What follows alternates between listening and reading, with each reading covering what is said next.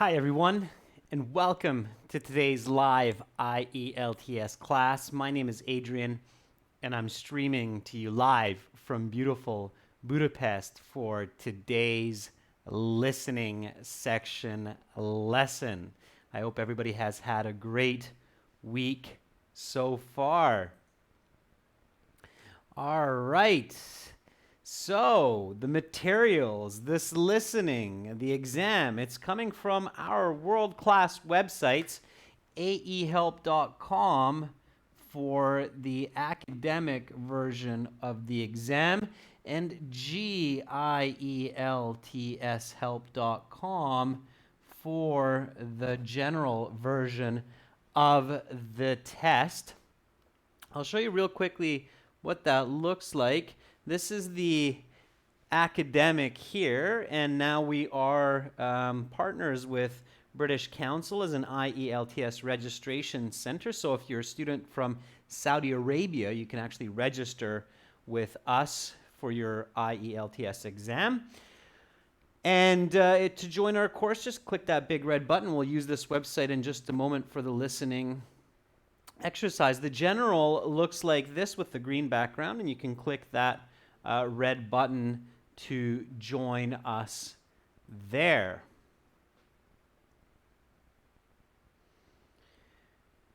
Students, if you haven't yet, definitely download our app, Academic IELTS Help. Look for our logo. Our app integrates with our website so you can learn the exam from either or on the go or at home.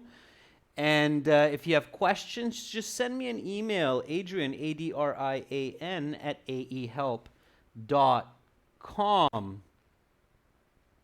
Yesterday, we looked at listening section 1 and 2 from our book number 2. I believe it was exam number 5. And I gave you some tips on what to do. One is during the instruction time in the paper-based exam, if possible, just take a quick peek at the topics of section 2, 3, and 4. And we did that yesterday, so we remember that section 3 was something about trading or commerce. Section 4 was Michelangelo. And section 2 was actually about charity that we did yesterday there. All right. Again, couple of tips to remember. Use the information from other questions to help you get answers in the listening. Okay, that's very useful. Logic is very useful. You can write in all big letters, uppercase, in the listening and reading section.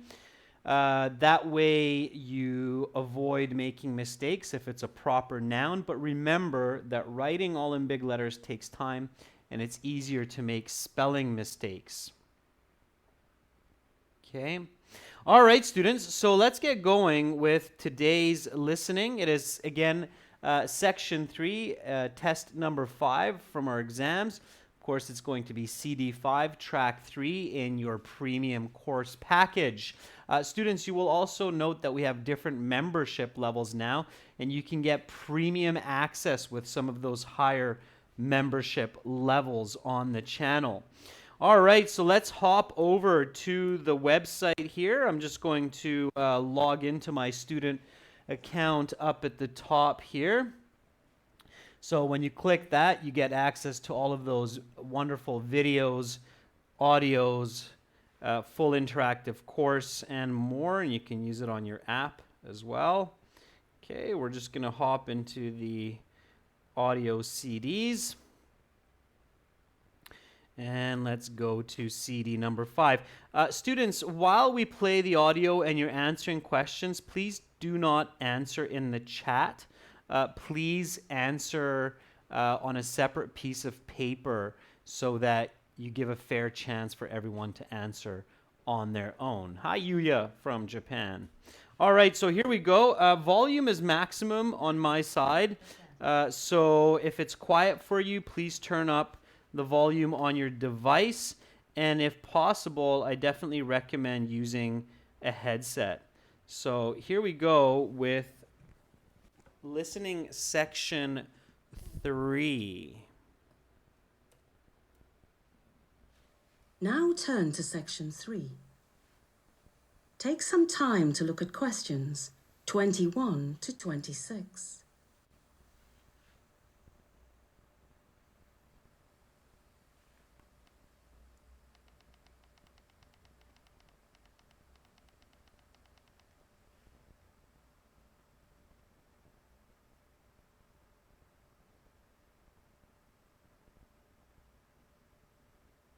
Listening, section 3. You will hear a forum discussion between the moderator and 2 contributors, Dr. Rachel Young and Dr. Ronald Sturgeon, both political scientists at the local university, talking about trade between countries. Now listen carefully and answer questions 21 to 26. First of all, I'd like to thank Dr. Young and Dr. Sturgeon for taking the time to spend this afternoon with us. Thank you for having us here today. Dr. Young, could you give us a little background on the topic of free trade and protectionism, a little history?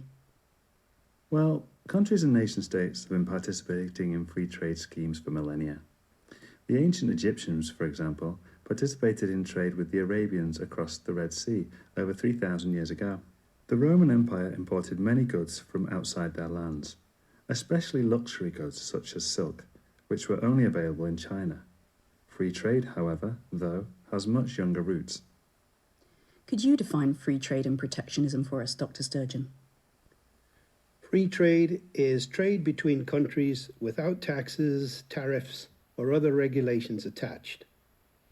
Without a free trade agreement, nations charge taxes or tariffs on goods that are imported to their country. This is to protect the manufacturers within their country. If country A, for example, produces a product for a 20% higher cost than country B, country A is likely to impose a tariff on the importation of country B's cheaper product into country A.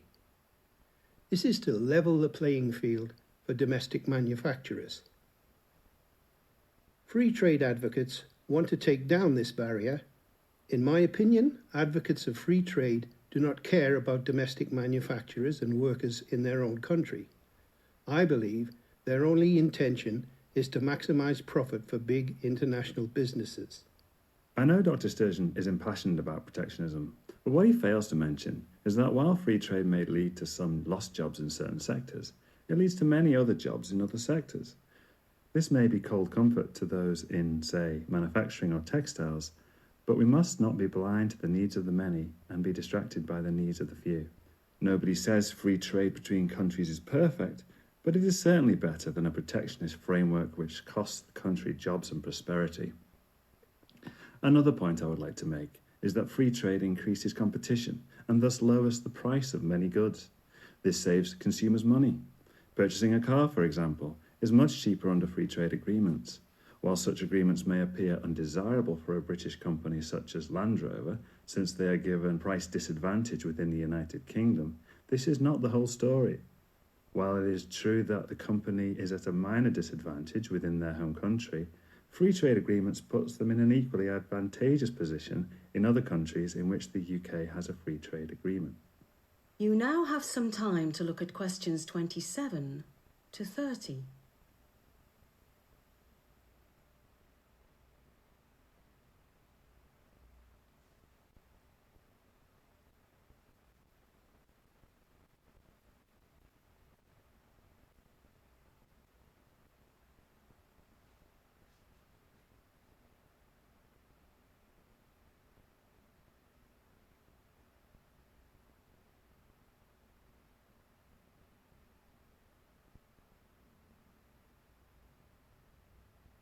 Now listen to the rest of the discussion and answer questions 27 to 30.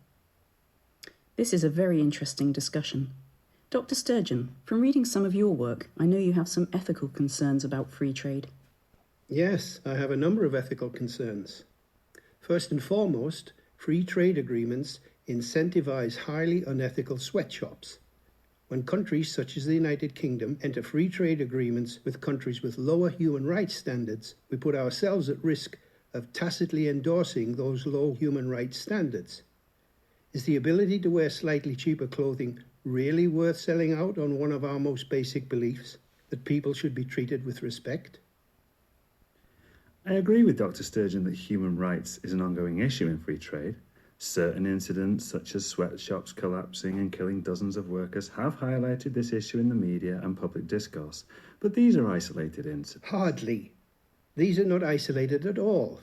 And even if such horrible incidents were rare, does it make the conditions those workers work in permissible? Do we excuse horrible working conditions as long as the workers don't die? That's an incredibly low bar, and one I believe we must implore companies and governments to raise.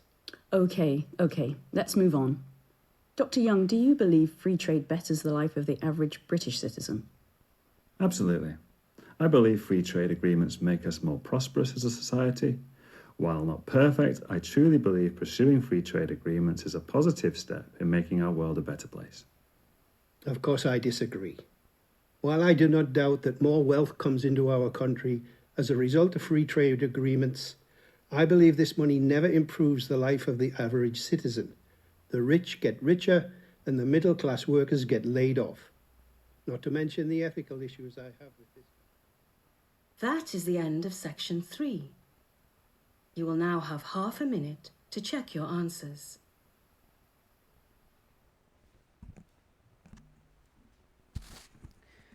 Okay, students, and as I have mentioned on many occasions before, always use that half minute to check your answers and catch silly mistakes. Use the time to look at questions in the next section for that. Okay, let's go through the answers together now for this section 3. All right. Here we go. And yes, Neda, yes, this is live. Question number 1. How long ago was the first record of trade between nations? So this is simply just one word, okay, or a number. 3,000. Yeah. Amina, be very careful. It's not over 3,000. The instructions are one word, okay?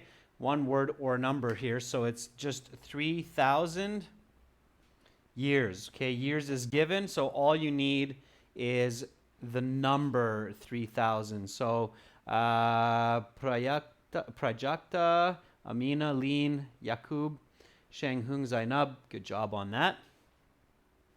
All right, let's go to the next set of questions, which is a flow chart. All right.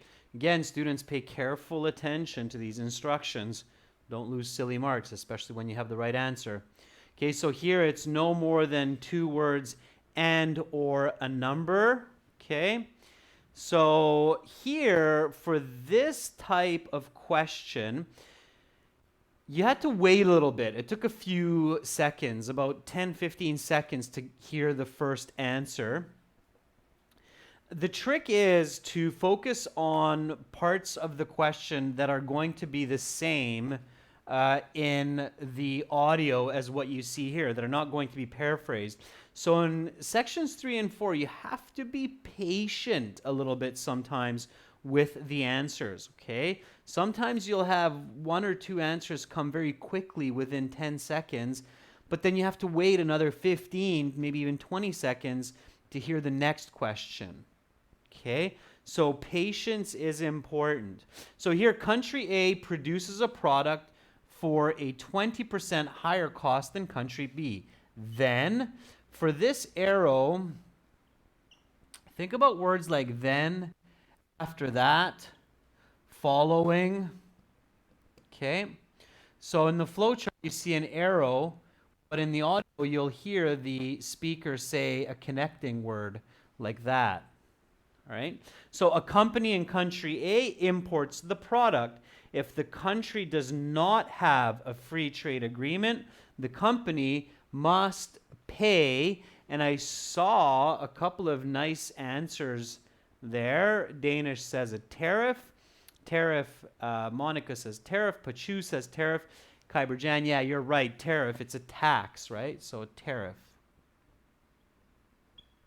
Spelling, of course, has to be correct with the double F. Okay. This is to level the playing field for who? So this is obviously for someone. Who is it leveling the playing field for? What was the answer there? Not cheaper products, Pranav. Danish says it's for domestic manufacturers. Yeah, and here you had to have both words. So Monica is agreeing that it's domestic manufacturer. Plural is quite important here for the grammar. Samir, it's nice that you caught the S there.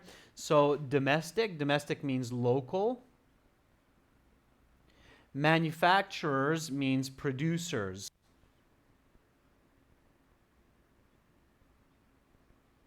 Nice long word. So domestic manufacturers. Okay, so that's what it is for. All right. Those of you who got it, good. Lean, just be careful with the word manufacturers, E-R-S at the end. Okay. Diksha is asking, can we write taxes for 22? So if we can't catch the word tariff, will they take the word taxes? Yeah, absolutely. So Diksha, if you didn't hear the word tariff, but you're like, oh, I think that's taxes. Yeah, taxes are a perfect synonym for tariff. So they probably will take that word. 99% that they will take the word taxes instead of tariffs for that one. Okay. So far, so good, students. Let's keep going. Number 24. Some advocates of protectionism believe free trade advocates are only worried about maximizing something for large companies. And Danish says it's profit. Komal, Prajakta, Khyber, Hermes agrees. Students, if I'm not pronouncing your names perfectly, my apologies. It's quite tricky with students from around the world. So maximizing profits. Yeah, profit or profits for a large company, for large corporations.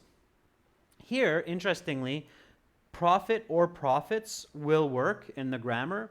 So you'll get it for both. But you do really want to pay attention to plural singular. Okay?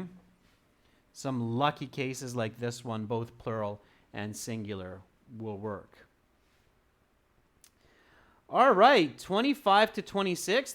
These were the last couple questions before your break to look at the remainder. So write no more than 3 words and or a number for each answer. Some people will lose their jobs under free trade agreements, but we must emphasize the needs of the something and not be sidetracked by the needs of the. Okay? So Amina says it's many and few. Khyber agrees many and few.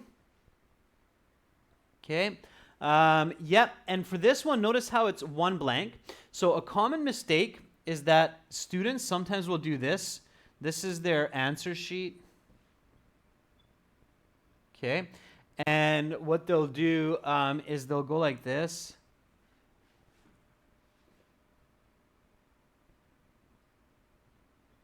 Okay, so they'll put one word on one line when they're transferring the answers, and they'll put this one on the next one, and then they'll keep going, and then they suddenly realize that they're one space short on their answer sheet, and they go, oh, what happened? Where is the mistake?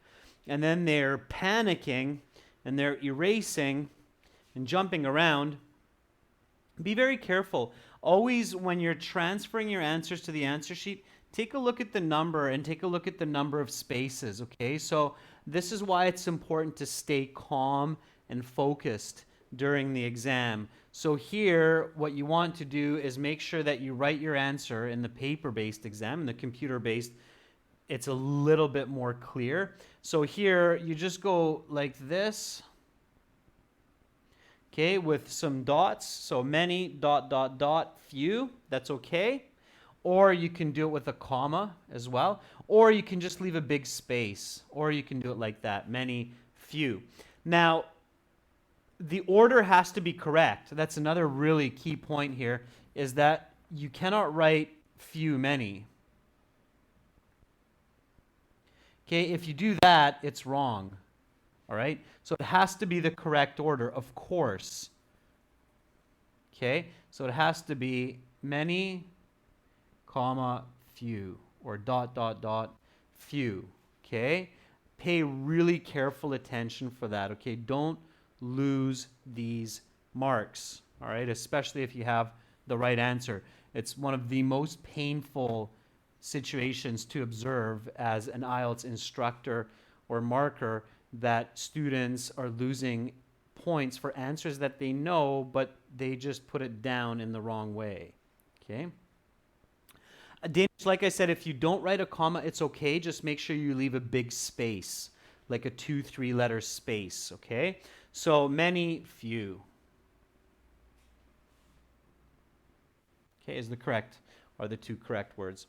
Number 26, free trade lowers the price of many goods because it increases what? Okay. Nurshad, you join our channels by clicking the join button beside the subscribe button. If you don't see it, send me an email and I can help you more. Okay. Amina, Danish, Typhoon, Lean, Shenghung, Smit, and Bishal all agree that this word should be competition. And you will all pick up 1 point for that, for your raw score. So competition, absolutely. Okay, very good. All right. So far so good. Now let's move on to the last few questions here. There was a form or table completion here. Write no more than one word for each answer. Pay attention to headings, cause, effect. So you should be thinking of words like as a result. Okay? Because, since, therefore. You're listening for these words because there's a cause and effect relationship between the points that the speakers are making. All right? So the cause, sweatshops collapse. The condition, the effect, so the result, the conditions are highlighted in the media. That's right. Prajakta, Bishal, Nisa, Pachulin, very good. Hermes, very good. It's media. M-E-D-I-A.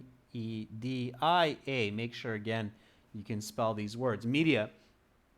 If you're not very good at spelling, download some spelling game apps on your phone. There's a lot of different apps for spelling games in English, spelling bees, and you can practice your spelling with those apps.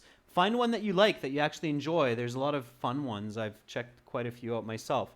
Okay, here we go. Cause, the relation that such incidents are not isolated.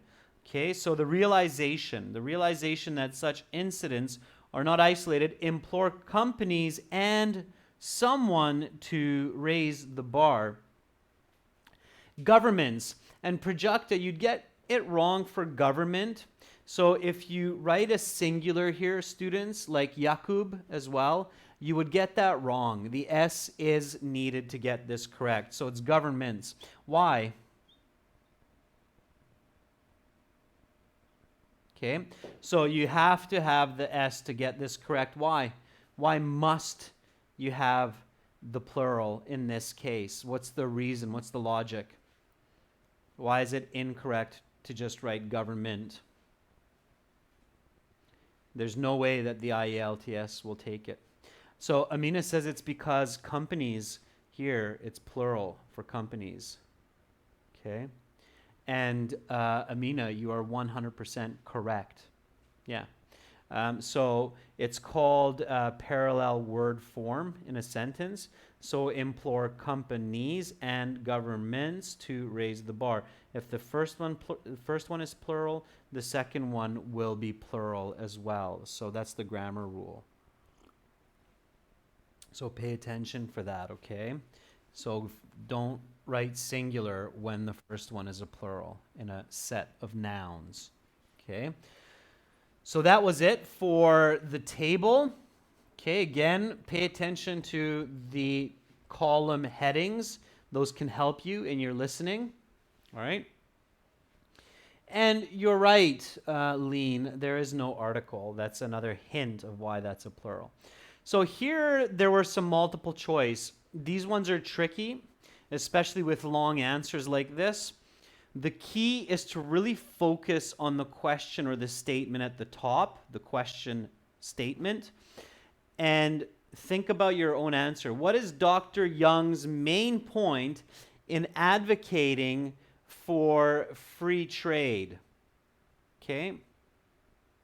So this is the doctor that is saying that free trade is a good practice. Okay. So he supports this.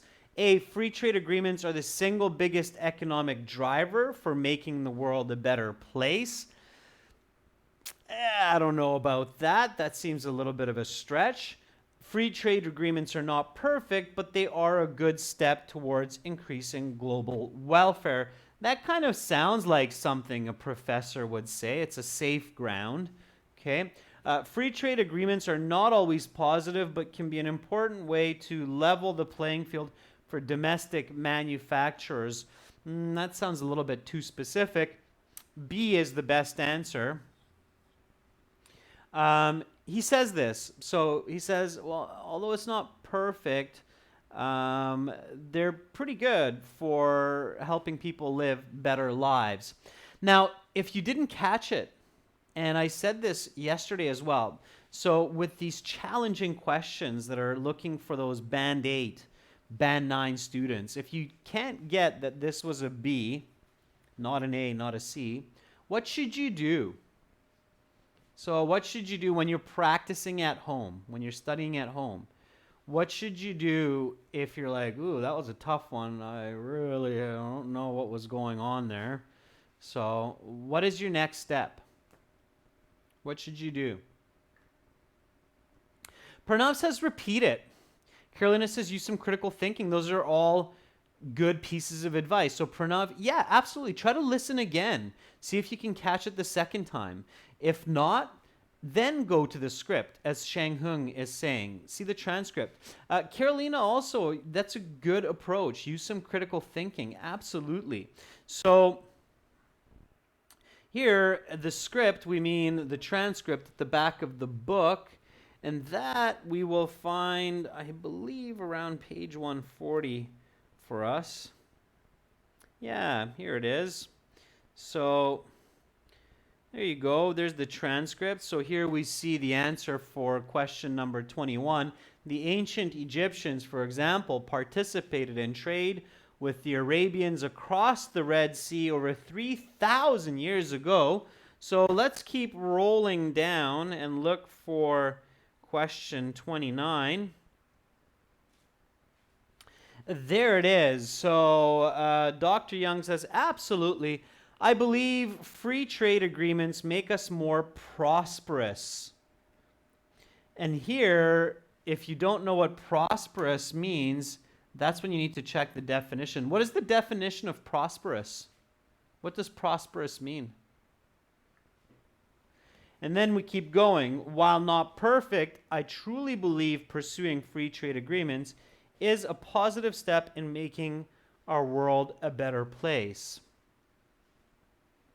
Prosperous, it kind of means wealthier or having more money. It means living in abundance, living well. So living in abundance. Living in abundance, abundance means you have a lot of the needs of life. So you have lots of food, lots of clothes, you have extra. Okay? Doesn't necessarily mean rich, prosperous. It just means that you don't need. So you're not in a position where you lack resources like money and food. Okay? All right. let's jump back to the listening. I think it's around page 49. Yeah. So number 30, last question here. Okay. What is Dr. Sturgeon's main point in advocating for protectionism? Now, protectionism is clearly the opposite of free trade. So Dr. Sturgeon is arguing for protectionism. So he says countries need to protect their societies. They can't just freely trade. He says that overall wealth is increased in society. Middle class jobs are the foundation of an economy.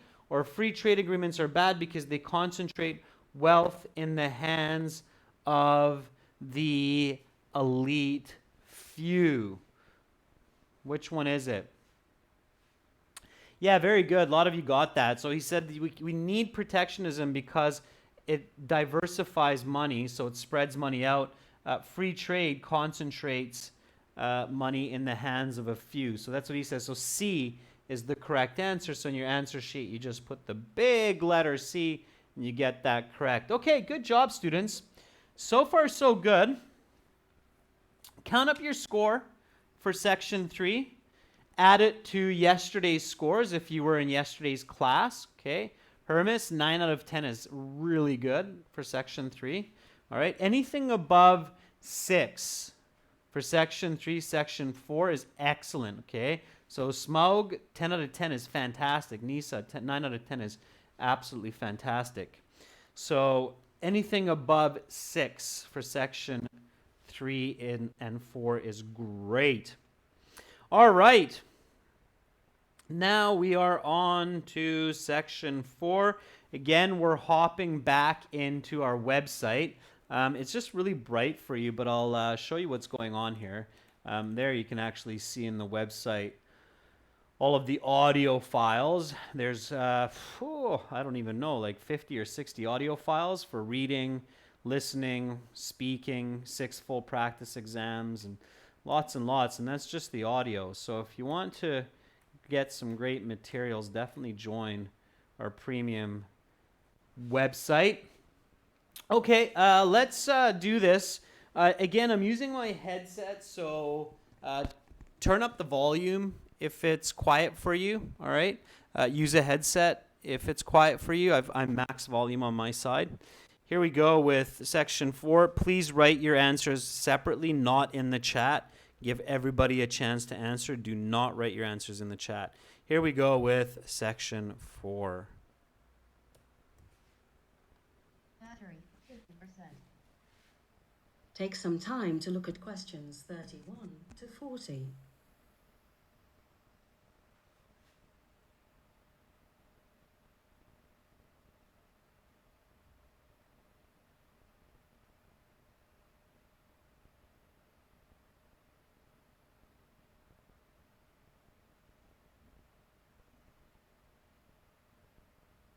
Listening, Section 4. You will hear a university lecture on the famous artist Michelangelo.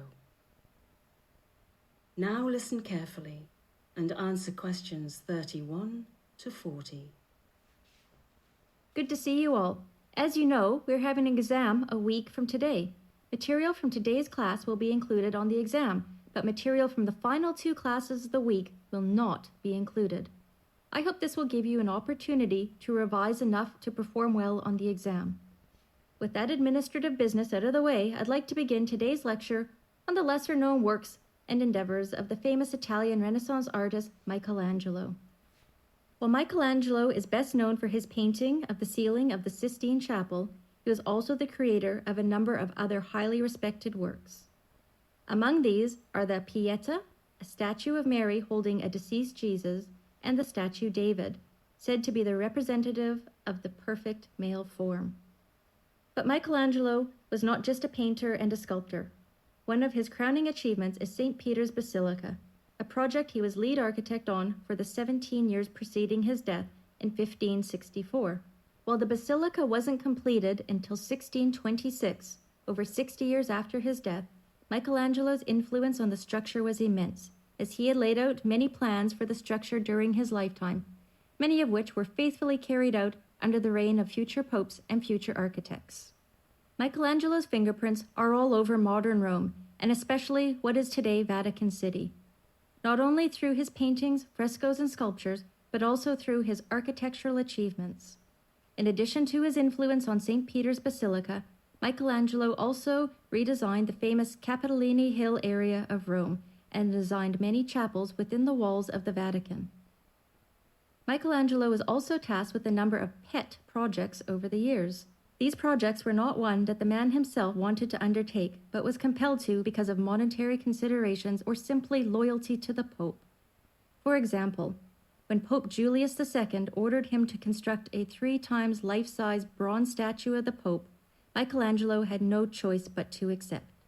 The project took up more than 2 years of his life, and 4 years after its completion, the work was unceremoniously melted down to construct cannons. Additionally, the conditions under which he was made to work were often sorely substandard. For years, he lived and worked with 4 other men in a cramped apartment with little to no privacy and no room for his creative juices to flourish. It is interesting to imagine what a genius such as Michelangelo could have accomplished given reign over his own creativity. I personally believe the world is a poor place for him having not been allowed this luxury. However, on the other hand, perhaps Michelangelo's sometimes tortured life imbued his works of art with something more than just artistic genius. Although Michelangelo is a celebrated figure for his works of art and well respected for this architectural acumen, his literary works are virtually unknown to the world.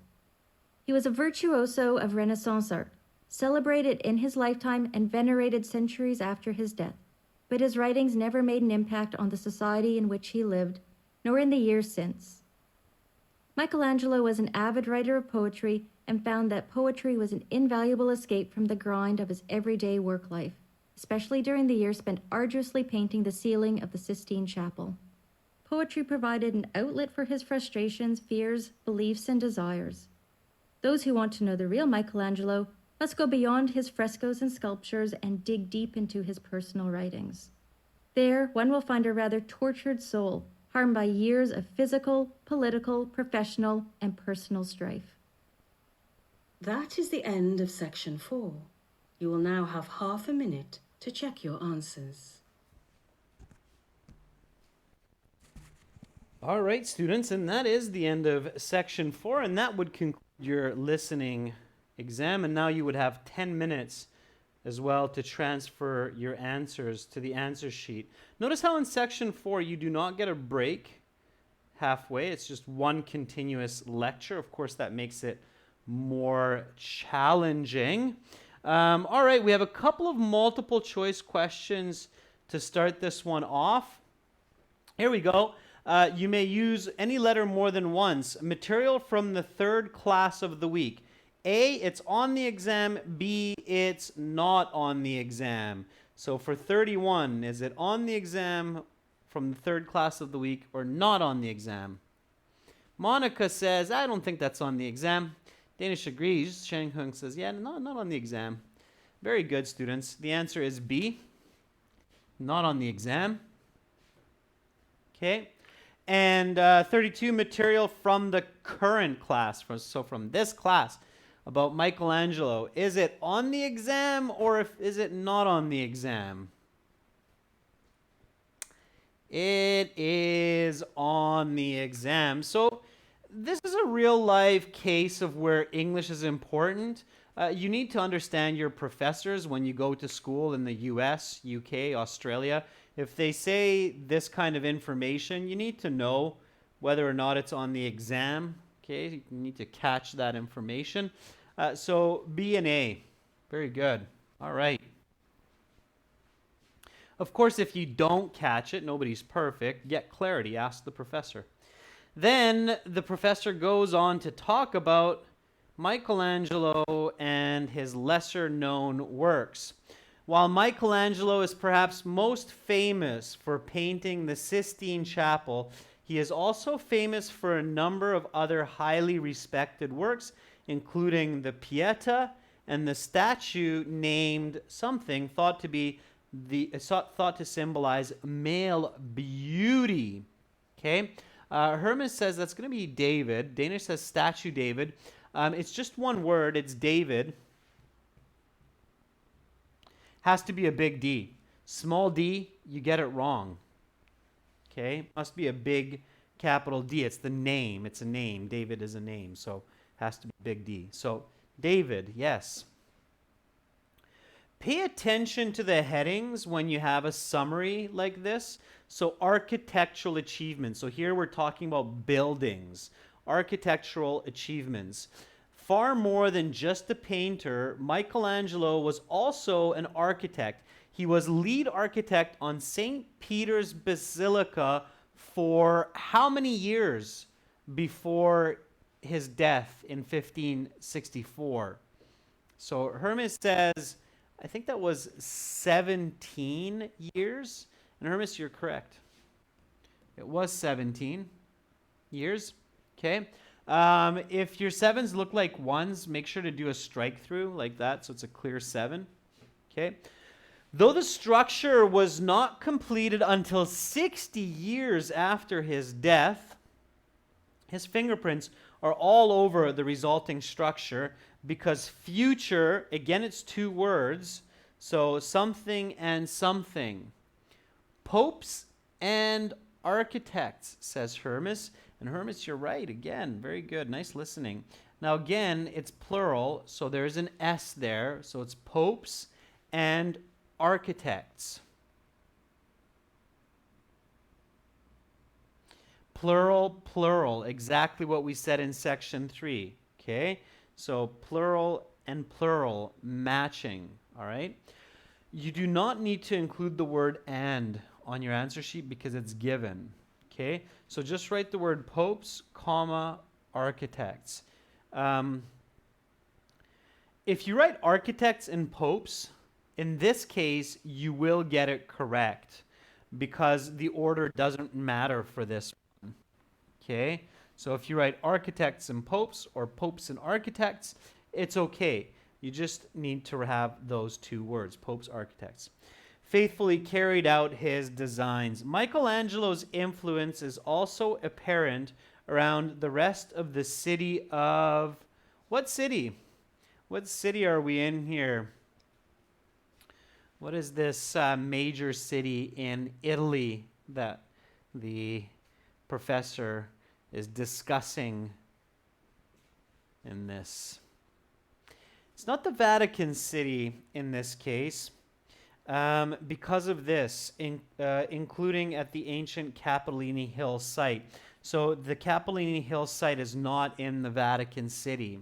So the correct word here is Rome. It was a little bit tricky, easy to think, oh, maybe it's the Vatican City because St. Peter's Basilica is in the Vatican City, which is the city within the city of Rome. I know that's a confusing one. But here, Capitoline Hill is not in the Vatican City, but it is in Rome. Okay? So Rome was the correct answer. All right? Rome. Little bit of a tricky one. All right. Servant of the papacy. He was also a loyal servant of the Pope. Sometimes this was important work, though sometimes it was rather pointless. He once built something of the Pope. What did he build of the Pope? That was kind of pointless and was melted down for cannon parts just a few years later. Hermes, you're right. It is a bronze statue. Just be careful with your spelling. Okay? Statue is enough, but if you write bronze statue, that is also okay. So you can write bronze statue.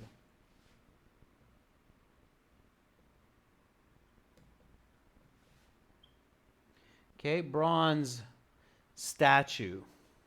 All right? It's ZE on bronze, Hermes, not a CE.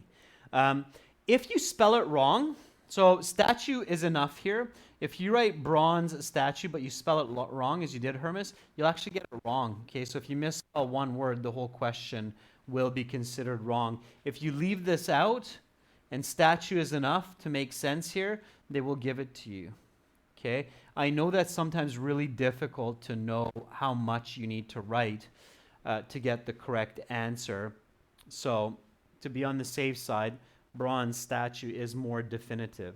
Okay? If they're talking about two different statues, one is a bronze statue, one is a stone statue, then very clearly you have to include bronze for it to make sense. All right?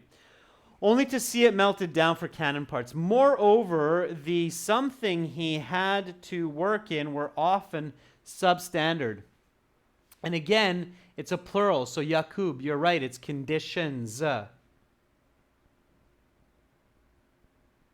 Okay, with an S, conditions. All right, very good. Okay, couple more left to go here. Literary works. So literary means books, means writing, authorship. It is interesting to think that what he could have made if he was given the freedom to explore his own something, explore his own what for that one? Yeah, it's creativity. Very good, Hermes in Danish. Creativity. While his life may have been difficult, some people argue that this difficulty made him a better artist. Number 40, yeah, absolutely. Okay, number 40, something was an important way to escape the difficulties of Michelangelo's life. Though his writings never made much of an artistic impact, they do offer a window into his tortured genius. That one is poetry, and Smit Guhel is taking the safe ground and writing all capitals because this is the first word in a sentence, so it's smart to put a big P. You probably get it even if you put a small p, but to be on the safe side, a big P there is a good idea. Okay, poetry. All right, students, count up your marks. And I think many of you were in yesterday's class also, so count up your total from 40, and let's check your band score. On our websites, you have a band score calculator. So I'm going to hop back here to our websites. I know it's bright, so I'm going to darken it up a bit. You'll only see my silhouette. Okay, so count up your total score. If you go on our website and you go to the bottom, you'll actually see a score calculator. You have the score calculator in your app also. So if you have the academic IELTS app, then you have a score calculator there also. So there's a section here you'll see for listening out of 40 and academic reading.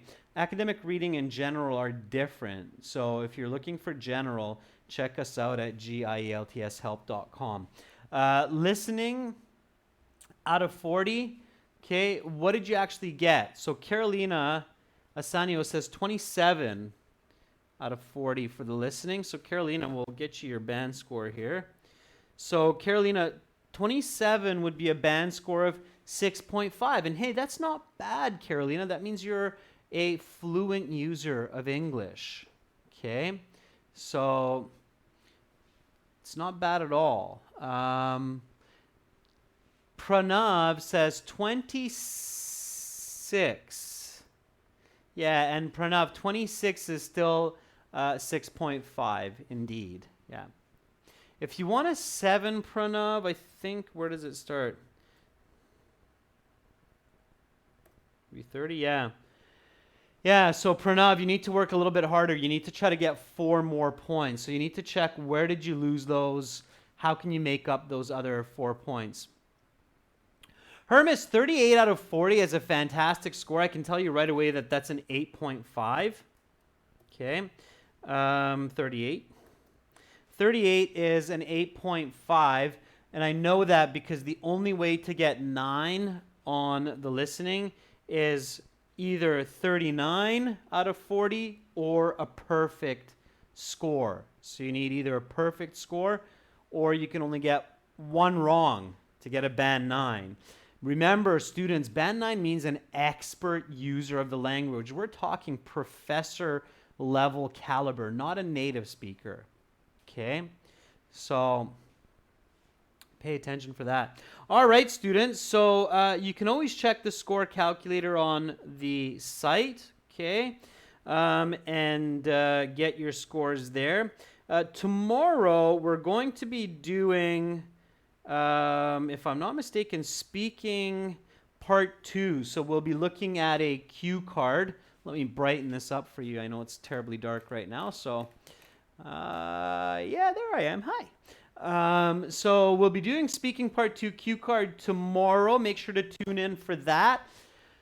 Students, to get some of the best IELTS help in the world, and we're always adding new materials, new videos, new lessons. We'll be adding some new exams as well.